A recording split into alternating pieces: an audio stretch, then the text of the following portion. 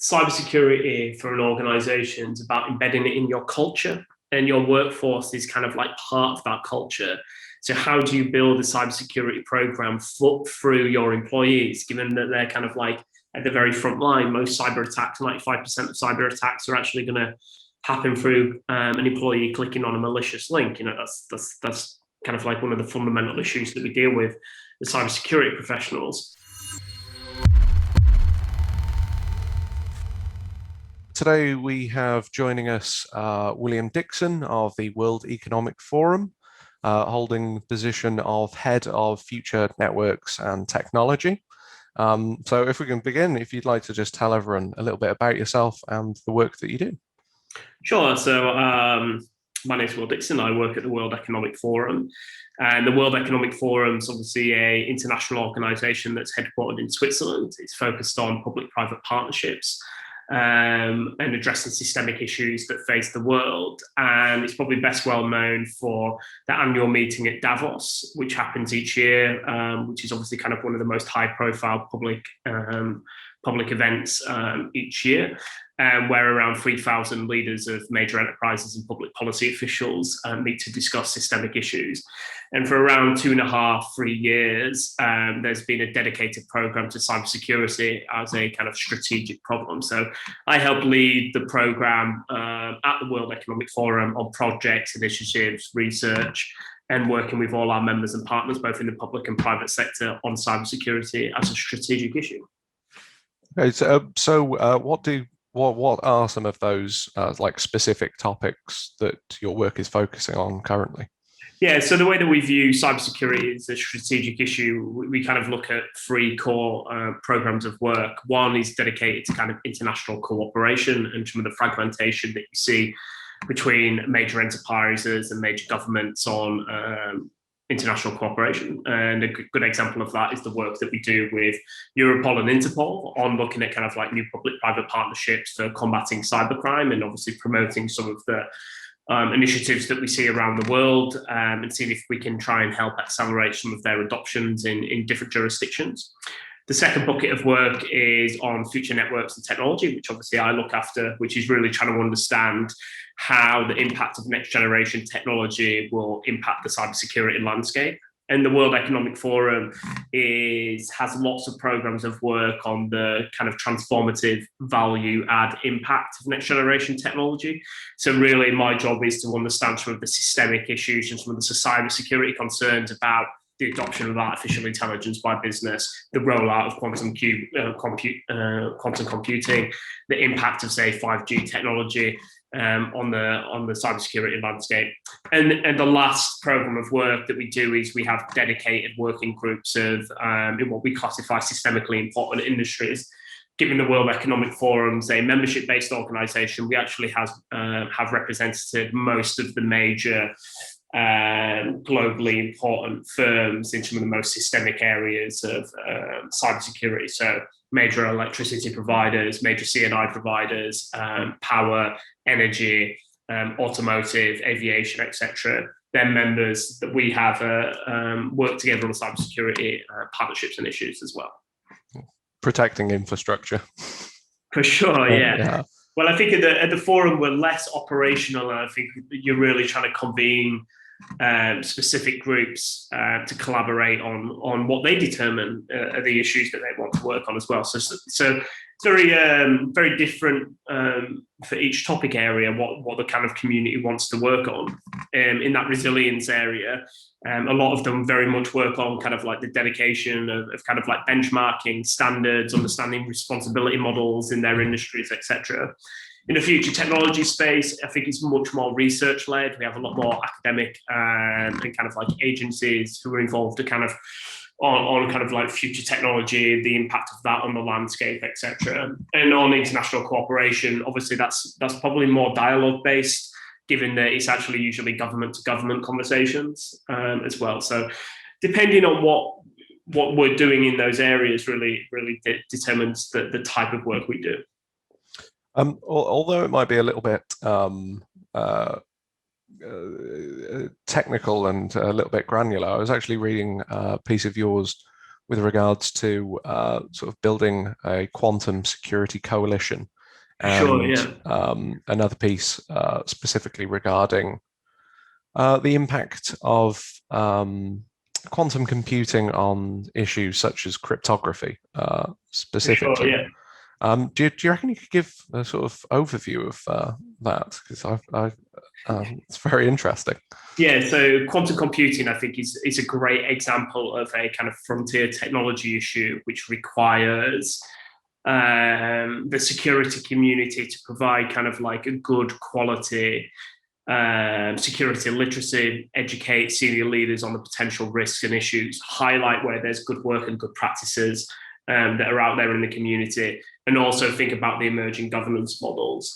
So for quantum computing, that came out of a major program of work that we did with the University of Oxford on kind of like new technology and their systemic impact. And quantum computing was actually an area that got a lot of traction with our partners and members. And I think the reason why it did was there's a lot of hyperbole, and there's a lot of information, and there's a lot of alarm in the kind of like senior leadership community about the potential risks of quantum computing. So you'll have the way that we view the problem space is kind of in three areas. So one is kind of an emerging tech governance issue. So, for example, what are the responsible behaviors and the ethical use of quantum computing? Now, the reason why the forum is a good place for having that discussion is quantum computing is actually being developed by a relatively small number of kind of like major technology providers who are actually members of the World Economic Forum. So we're a relatively good neutral platform to start pulling people together to understand what are some of the operating models, business models, transformative value that will come, but then consequently, what are some of the risks and the public policy issues around that.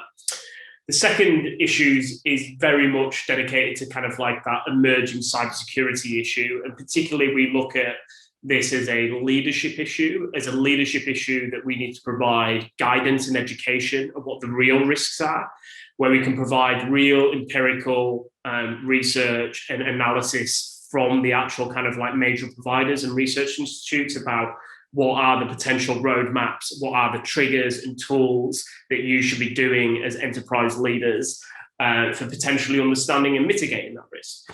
And that might be as an individual enterprise, or it might be as collective enterprises. And actually, that's one of the big problems in quantum computing about this potential of shared infrastructure, shared cryptographic challenges, which will require kind of like dedicated collective governance as well. And the forum represents major cybersecurity companies, great cybersecurity kind of like leadership, as well as kind of like most of the major industry leaders as well. So it's a great space for having that type of dialogue and providing those types of tools to senior leaders. And the third thing that we think about around quantum computing is some of these very, very early use cases. We call them lighthouse projects, where you see the applications and uses of quantum technology as a force for good cybersecurity. So yes, you have some cryptographic solutions that are emerging from NIST, from ANISA, etc. as well. There's some great companies that are dedicating some great out-of-the-box solutions for dealing with the cryptographic issue. But also there's some great global innovators for doing things like, quantum true random generation, quantum communication technology. So there's lots of actually very, very good security use cases using quantum computing as well, which also you can kind of like add to this kind of like, what's the security impact of quantum computing? So in a way, the work is dedicated in three ways, which is, early tech governance issues. It's a tough tech issue, very similar to some of the issues that you potentially might have seen in 5G. So that there's a space for kind of like emerging dialogue and policy frameworks internationally for that. Secondly, is very much about education and enterprise leadership on the cryptographic issue and the potential that quantum computing has on cryptography. And the third is kind of like promoting and accelerating that ecosystem of security use cases outside of the cryptographic challenge. And together, we can convene some really great companies and great thought leaders, great researchers and great public institutions into all those three work strands. So that's what I do. It's a very comprehensive answer. I believe in one of the articles you sort of likened one of the potential risks of quantum computing as being, like an arms race to some extent. And as one of the benefits, as you mentioned, that it has the potential to both break the existing cryptographic methods whilst also offering the opportunity to create new and more secure ones. So homomorphic encryption, which is something you've referred to as sort of privacy enhancing technologies, Yes. or as a privacy enhancing technology. Like how does that fit in with the work that you're doing? And yeah, so homomorphic encryption is one of these other kind of like emerging technologies that the security community is kind of like at the frontier of. And homomorphic encryption is basically a mathematical method where you can share data without sharing the data, kind of like as a glib answer. So kind of like there's encryption methodologies, which means you can query data across. You could query data sets like potentially in multiple different pots without actually sharing the data itself. Like a black box. For sure, yeah. And there's various different ways of implementing it, etc. And it's a very nascent use case. But the way that the forum came to this was we actually do. I actually come from a background for government investigations, and there's a lot of emphasis of investigations for public-private partnerships in cybercrime and cybersecurity. So the ability of, say, a national crime agency, say based in the UK, to potentially have some data and say, look, we're interested in investigating a particular crime gang, or we've had an incident and we want to see where that data might exist. Well, actually, there's lots of kind of like process things that you need to do to be able to share that data, give it to the right people, then check their data, then go through processes. And a lot of it's around privacy legislation. And, for very good reasons, there's a lot of controls based around the release of, say, banking data, etc. Now, homomorphic encryption as a use case has the potential to kind of like solve that as an issue, because you might have data and you could check multiple different private sector parties and say, who has this data? Did lots of different people have this data? And if you get, say, a yes, no binary answer, you might be able to bring those people together and say, well, we know that these individuals actually have this data. Here's all the requisite requests. Let's now start collaborating because we know we're all involved in a potential collaboration. So that's the kind of like public-private sector potential application of homomorphic encryption, which is a potentially very exciting development, relatively complex. It's been pioneered a lot in money laundering investigations. But there's definitely some potential for cybercrime and high-tech crime investigations and cybersecurity investigations, given that broadly, that drive for public-private partnership is at the core.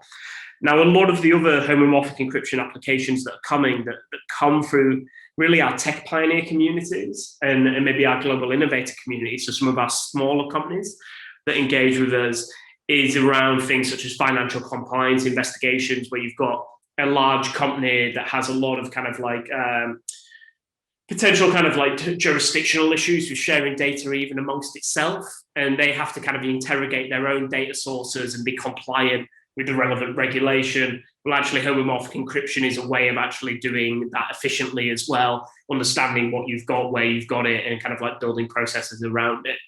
So it's actually got potentially a lot of transformative value, I think, for privacy within companies, but also kind of public-private investigations. And the forum's a great place for highlighting these early use cases and highlighting some of the issues that you might have with, say, regulation, highlighting some of the issues you might have like on need to standardize that. And the forum's a relatively high-profile brand, so these types of kind of like nascent use cases, we're kind of like more than happy to kind of like shine a light on them and see if we can get them accelerated or maybe unblock some of the issues as well. So, yeah, I mean, homomorphic encryption homomorphic encryption and quantum computing, and it sounds all very technical, but really, like our job is, yeah, I mean, like all of it's like, how can you use these new technologies to improve kind of like privacy and security, right? And can you translate those use cases to a World Economic Forum audience, which is kind of typically a very senior audience member within a public policy institute, or a kind of senior leader within an enterprise, or often the general public. World Economic Forum is a very high profile organization, and its website is one of the most visited websites in the world, and lots of people read our material. So a lot of the material we also put out for general readers and general audience as well. So yeah. Yeah, it's a lot of the information there. It certainly is within the grasp of most people, I'd say. For sure, yeah. So I think it would probably be amiss if we didn't mention or ask a question about how the sort of last 12 months and the global pandemic has broadly affected cyber and information security, sort of from your perspective. What would you say are some of the most sort of significant shifts that we've seen within this field in that time?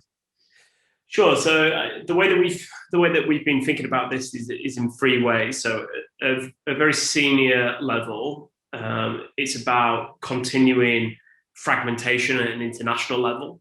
So I think actually broadly from a pandemic's perspective, you're still seeing kind of like a revert to type about kind of like national behavior.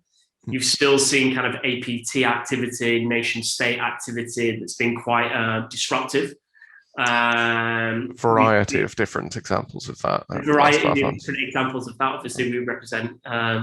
We have lots of global members, so kind of like, but yeah, for sure, that has definitely been kind of like espionage campaigns, things such as kind of like attacks against researchers and pharmaceutical companies, etc., has definitely played into kind of an ongoing issue of kind of international fragmentation, which is a blocker to international cooperation. I think that's been exacerbated and been accelerated.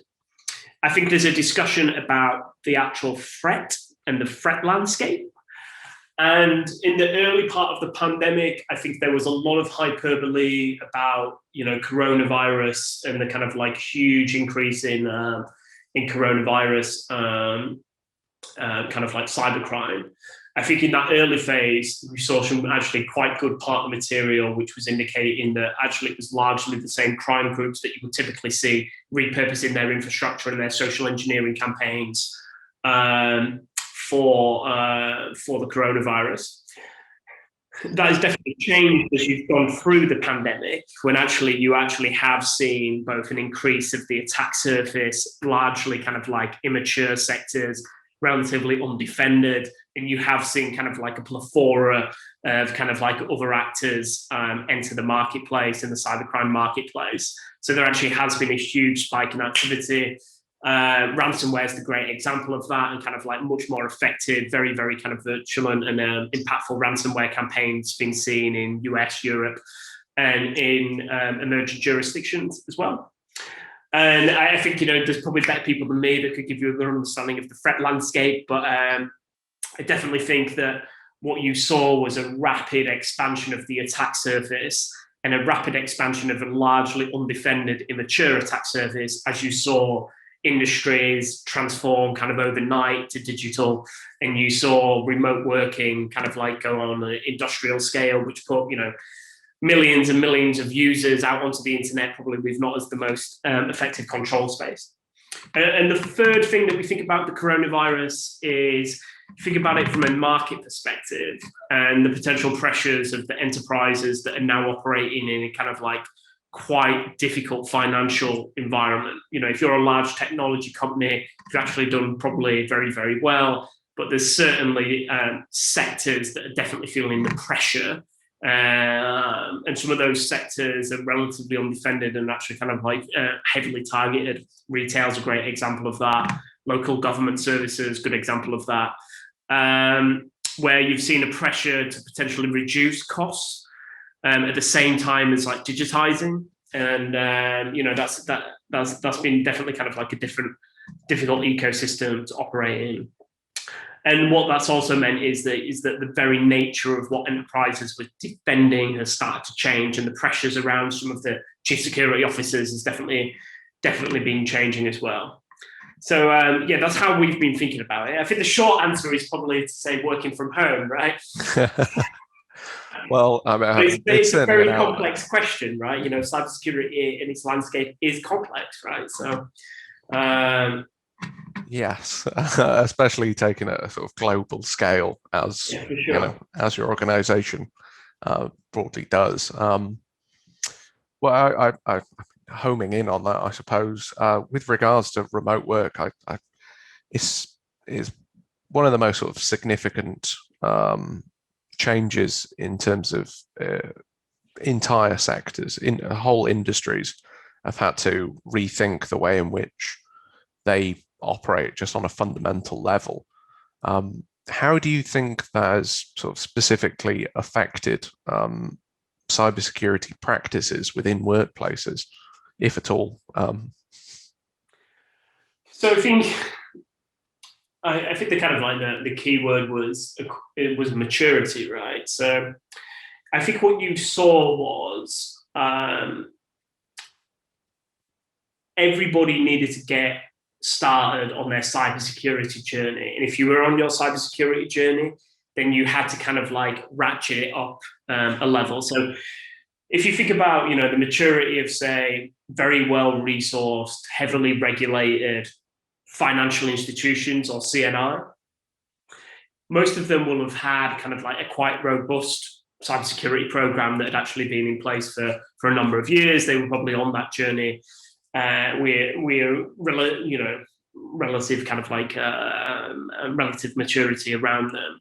What you probably found is even they struggled with the expansion of, say, going from 10% remote working to 100% remote working.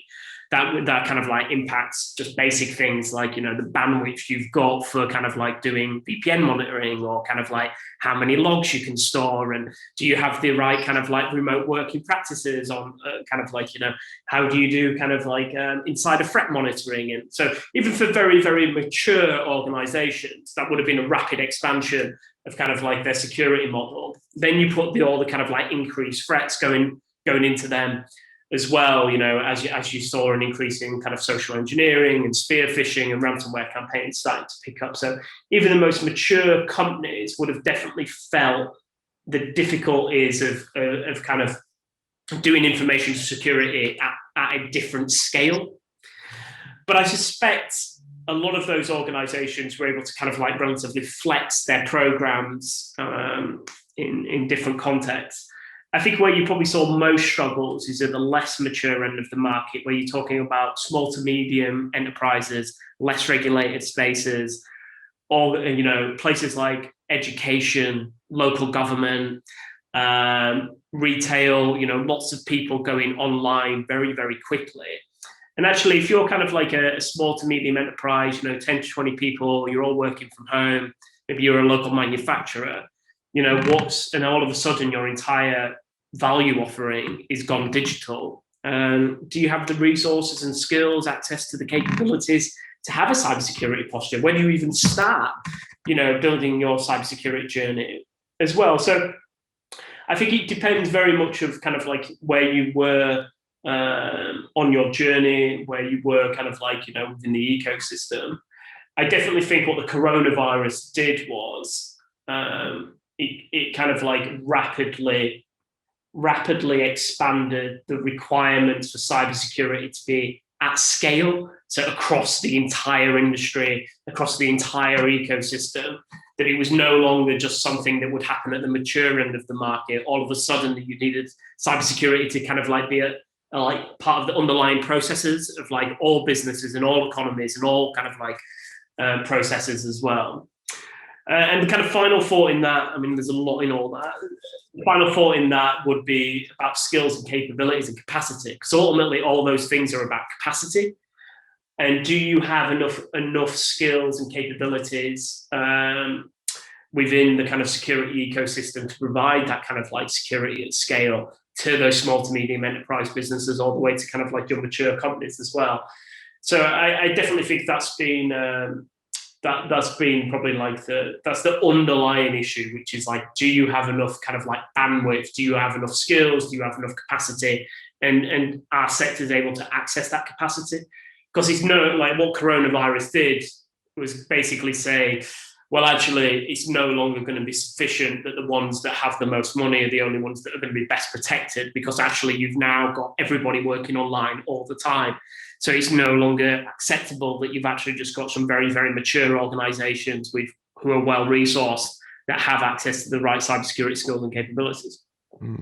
I suppose in the last 12 months as well, you've had quite a few examples of even these higher level organizations falling to, in some instances, state-backed cyber attacks. I mean, SolarWinds in particular sort of comes to mind in this context. SolarWinds is almost kind of like a great textbook example of all the issues in cybersecurity, right? Which is kind of like huge scaled attack, relatively difficult to defend against. Actually, perhaps if you could give a little explanation of what that is, because perhaps some people might not understand the gist of it. Yeah, so SolarWinds was kind of like a breach that was detected in the winter of 2020, first reported by FireEye, where they detected a nation-stated, exfiltrated tooling that they used to do penetration testing for actual kind of US federal governments. And subsequent, their investigations indicated they'd been compromised by a piece of software that they use that had been provided by a large kind of like US-based network provider. But actually it turned out that the compromise was for the software that network provider provided to actually hundreds of organizations. So basically the perpetrator of that attack had actually, via targeting that one software company, had actually penetrated hundreds of other organizations which had given them access to, allegedly to a Russian-based APT actor. And what that means for the community is that's known as the supply chain attack.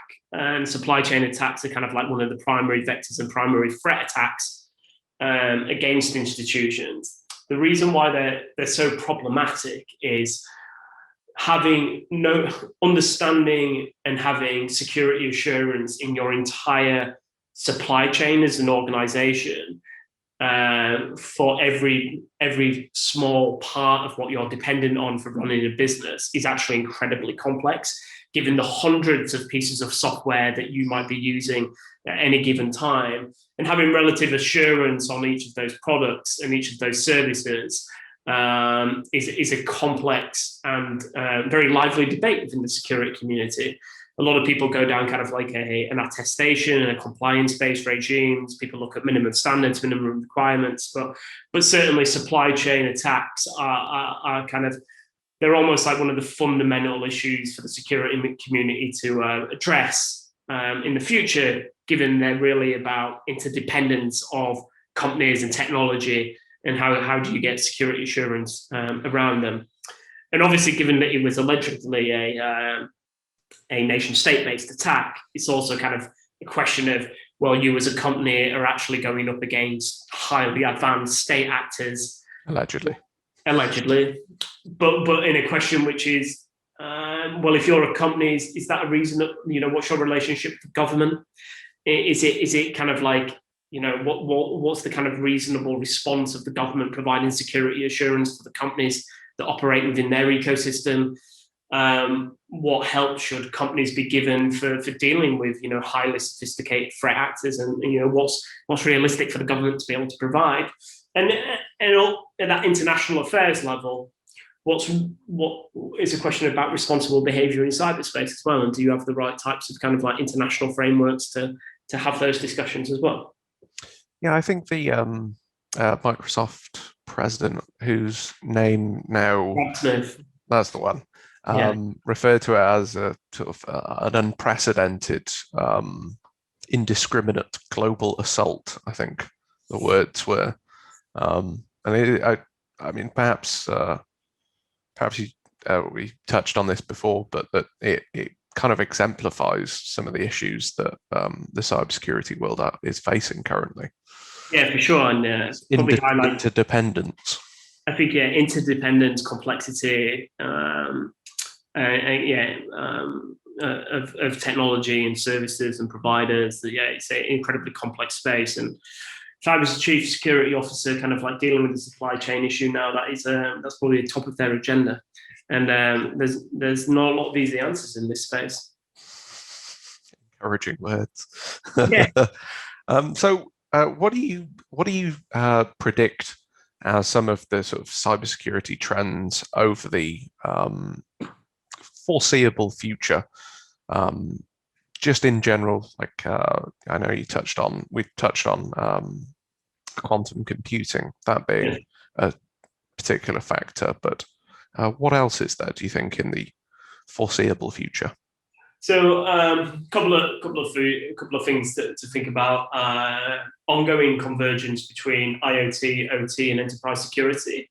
So I think kind of like the way that we view this, or I view this, is that, you know, the last 15 years have really been about enterprise cybersecurity. What you'll see in the next 15 years is kind of all things connected all the time, and increasingly those things connected to physical things. So you'll see cybersecurity move from an enterprise security issue to a safety issue.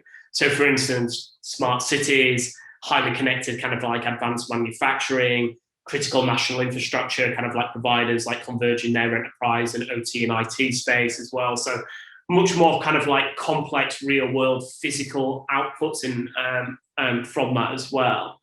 And that'll kind of like take security out of the office and kind of like into a different space. That'll be a really growing trend for sure.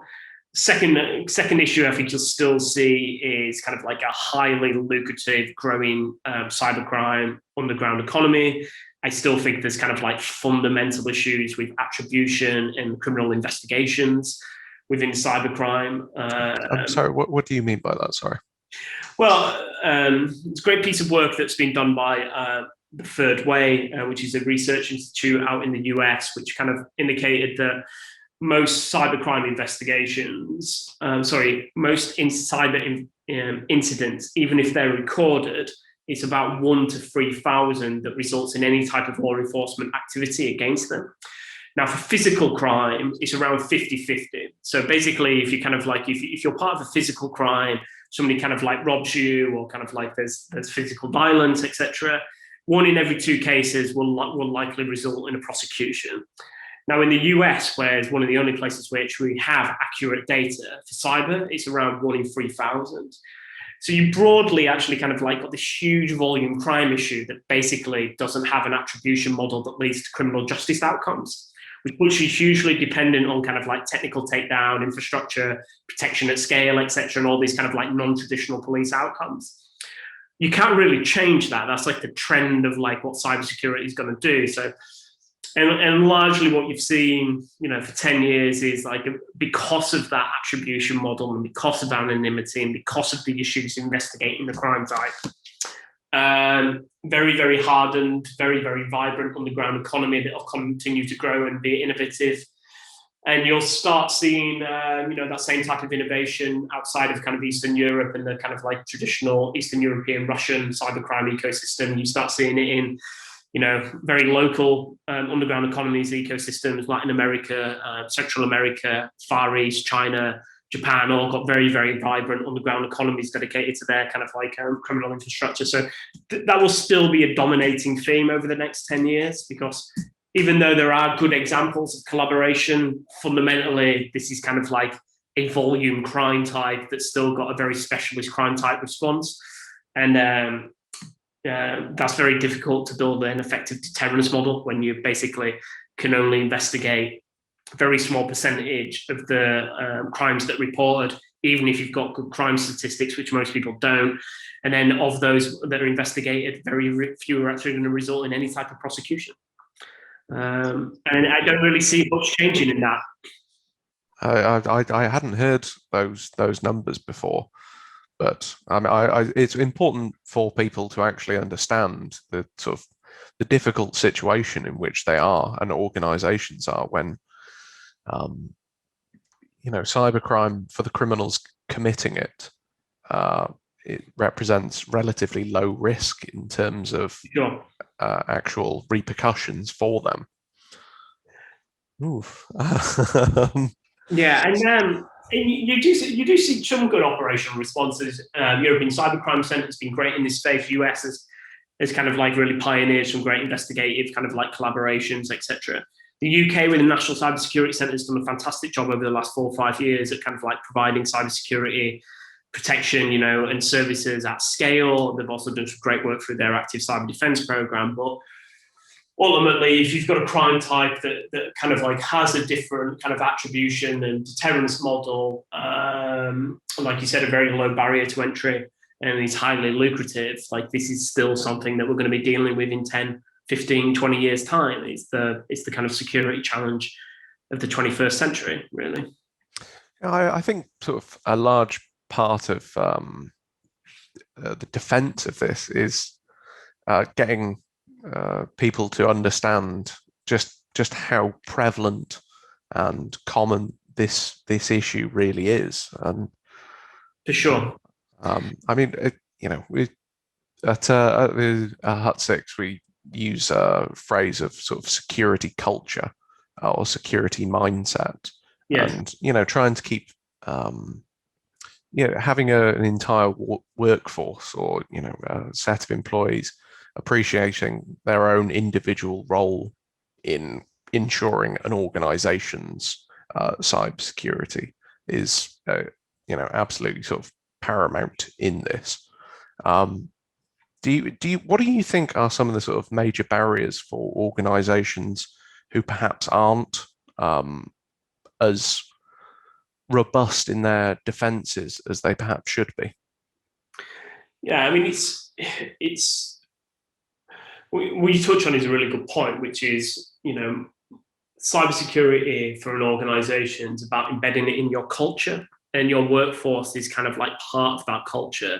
So how do you build a cybersecurity program through your employees, given that they're kind of like at the very front line? Most cyber attacks, 95% of cyber attacks are actually going to happen through an employee clicking on a malicious link. That's kind of like one of the fundamental issues that we deal with as cybersecurity professionals. It has to come from the top. It has to be kind of like owned by very, very senior management within an organization.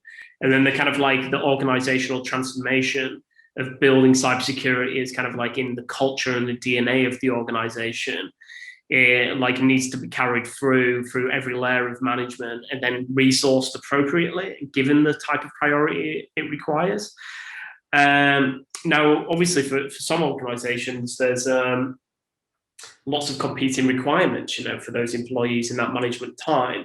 So I think it has to come from the very, very top of the organization of understanding how cybersecurity translates to business risk and how fundamental it is to kind of the integrity of their business and their processes, and then providing the requisite resourcing and support to embed those kind of like cultural changes and organizational culture through their organization. And it's only kind of like, there's only so much a security team can do. Like it really needs to be owned and managed by the top of an organization. Otherwise you'll only get so far on things such as, education, awareness, and kind of training as well. I do hate the word, but holistic, that sort of comes to mind. For sure, yeah. I mean, I used to work in a large organization, in their security division, and there's only so much you could do with technical kit. There's only so much you could do with kind of good tooling and kind of like good people on that tooling. If you've got an organization of 100, 120, 130,000 individuals, your real cybersecurity defense comes from those 120, 130,000 people understanding how cybersecurity kind of like is going to impact them, that they're a target, and what they need to do to be able to kind of defend the organization, and the risks that are out there for not defending the organization. Yeah, I 100% agree with that. Just as one sort of like final question, I came across a piece that you'd written entitled "Why COVID-19 Makes the Case to Get Rid of Passwords." Oh, yeah. It was quite a Yeah. eye-catching title, I have to say. Do you think you could explain some of this? Because I found this really interesting. Yeah, so this links to kind of a project that we did in 2019, where we were broadly saying that one of the big issues as an ecosystem in cybersecurity is that most breaches are for reuse of passwords or reuse of credentials. And actually, it's actually kind of like a critical kind of like fault within the kind of like security kill chain. And that there are lots of new and emerging technologies, and going passwordless is actually kind of like a highly effective way of actually like mitigating incidents. And there's lots of different kind of like new methodologies for doing that as well. Some of them very, very complex. I think we've got some like zero knowledge proofs, etc., and kind of like mathematical kind of like authentication methodologies, all the way to just having two-factor authentication. So actually largely going to deal with a lot of kind of like credential-based attacks that organizations are dealing with. And I think in that paper, we outlined, some of the kind of benefits you would get from going passwordless as well, user experience, lower costs, etc., from password resets, etc. But yeah, that was a specific thing where we were basically saying at the very, very start of COVID, actually, you're going to see lots more cyber attacks and cyber incidents as everyone starts going online. One of the things you might want to think about as a company is actually in your digital transformation plan that you are no doubt writing very, very quickly. You might want to think about passwordless technology to kind of mitigate some of the cybersecurity breaches that you're likely to be facing. And there's lots of other kind of business benefits as well. Do you know of any organizations that have, like, across the board, ditched passwords? Yeah, I think there's a lot actually out there. I think we referenced them in our paper on this, on passwordless authentication, and some quite high-profile ones as well. I probably wouldn't want to name them, kind of like and put them on the spot here, but they're definitely in the report that's on our website about passwordless transformation. So perhaps disappearance of passwords is something that we're going to see in the near future, then, you think? Yeah, for sure. I mean, because people are looking to kind of, I think it's not only a question of security. I think people are looking at kind of employee and customer experience, and going passwordless is a way of getting friction out of that kind of like interaction and transaction. So you're actually seeing it a lot, both kind of like employee side and kind of customer side as well. So yeah, definitely a trend, and one that'll probably bring benefits. Yeah, I mean, considering just the value and ease with which so many cyber criminals can access people's credentials, and the plethora of databases being constantly hacked, that's probably a good thing, I'd say.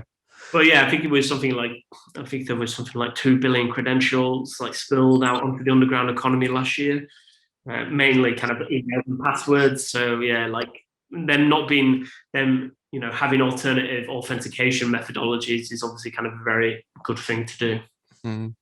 Well, I think that just about covers everything that I wanted to touch upon.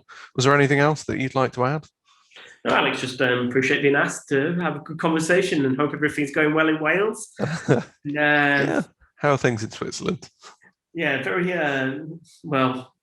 The British person in Switzerland, like, we're not kind of like everyone's favorite cup of tea at the minute with our British strain. So I'm one of the very few Brits that's got a residential card that's allowed to be in the country, and we've just had a baby, so we're looking forward to actually going back to England very, very shortly as well. Well, considering that situation, I appreciate your time even more. Yeah, no worries. All right, well, thank you very much indeed, sir. Appreciate it. Thanks, Alex.